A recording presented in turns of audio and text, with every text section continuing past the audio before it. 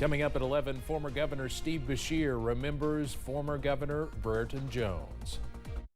Dedicated to Eastern and Southern Kentucky, this is WYMT Mountain News at 11. Good evening, I'm Steve Hensley. Condolences have come from all corners of the Commonwealth for the family of Brereton Jones. The governor, who made his mark in politics, horse racing, and more, died yesterday at the age of 84. Today we are hearing from fellow former Governor Steve Beshear and First Lady Jane Beshear. Jeremy Toms shares their reflections on his life. His theme was trying to better this state in every way he could. Steve Beshear says fellow former Governor Brereton Jones acted the way a leader should during his time in office. He was an early believer that Kentuckians deserve to have health care. Even when his plan didn't fully come to fruition. He didn't get that health care reform done as much as he would have liked, but he got the ball rolling. Steve says he started crossing paths with Jones in the 1970s when Beshear had joined the state legislature.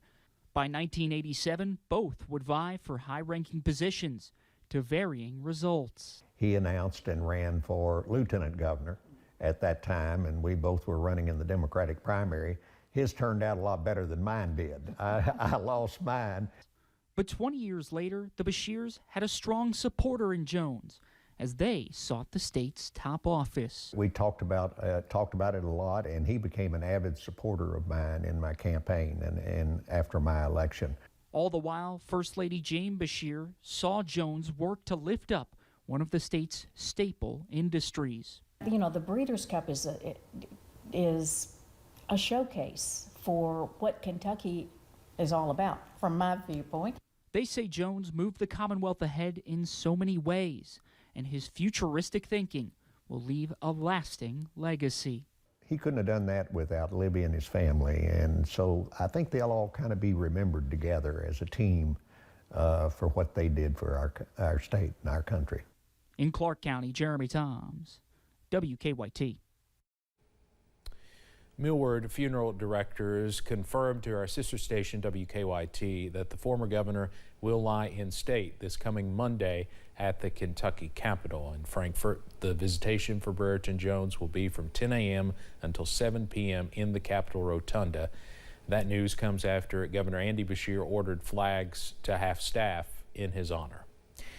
Jones is the second former Kentucky governor we've lost in less than a year. John Y. Brown Jr. died last November at the age of 88. 6 former governors are still living. Julian Carroll is the oldest at 92. He served from 1974 to 1979. Kentucky's first and so far only woman elected governor, Martha Lane Collins, is 86. She was in office from 1983 to 1987. Eastern Kentucky native Paul Patton is also 86. He was eligible to serve 2 terms after a 1992 amendment to the state's constitution, and he did just that. From 1995 to 2003, Patton still lives in Pikeville. Ernie Fletcher served from 2003 to 2007. He's now 70 years old. Steve Beshear, who you just heard from, is 78. His current Governor Andy Beshear's father, and he served 2 terms from 2007 to 2015. And finally, Matt Bevin was governor from 2015 to 2019. He's 56. High pressure continues to dominate the forecast on Tuesday, and that will continue to linger across the mountains on Wednesday, Thursday, Friday. So we do stay dry, but we are watching out for an increase in those temperatures. Highs on Tuesday, though, not bad. Check this out. We should be near 78, most of us below average, in the middle to lower 70s, 73 here in Perry County, 75 in Moorhead, also Jackson, and 74 over in Pikeville. Only got to 70 over in Wise, so we were comfortable today. Into tonight, also comfortable. Most of us in the 60s or 50s right now. 55 in Hazard, at 60 for Pikeville, and down to 52 over in Clintwood at this hour. Now we are dry, all thanks to high pressure, and that dry weather is going to continue not only into tonight but also into your Wednesday. So as you wake up and walk out the door, you may need that light jacket. More 50s on the way by Wednesday morning, but notice we are warmer on Wednesday. Highs back in the lower 80s, and we could see some middle 80s by Thursday and Friday. Those details coming up in just a few minutes. Steve? All right, Cameron, thank you. A federal judge sentenced a Southern Kentucky man for drug trafficking. 41-year-old Michael Nakonecki received a 13.5-year sentence. In a plea agreement, he admitted to having a backpack with more than 50 grams of methamphetamine inside. He also had a gun. He pleaded guilty back in May. A Bell County man was taken into custody on 2 Knox County arrest warrants. In about 3 weeks, police say Dustin Henry Miracle committed 18 counts of theft of identity of another without consent, 21 counts of unlawful access to a computer, 2 counts of theft by unlawful taking or disposition, $500 or more, and theft receipt of a stolen credit or debit card. Miracle was also wanted on a Knox County bench warrant. 2 people are facing charges after police say 2 children were found in deplorable conditions. The deputies in Laurel County were called to a home on Saturday for a domestic violence complaint. Officials say Austin Neely and Brianna Fulton were found under the influence and said they had used meth earlier in the day. Police also found 2 children inside the home and say the home had electrical wires hanging from the ceiling, and clothes, trash, and rotting food were reportedly piled up through the house.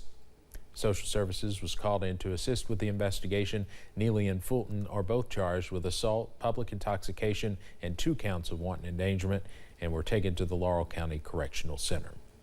States across the country have moved to decriminalize cannabis, but Kentucky remains just one of 18 states where cannabis is still criminalized.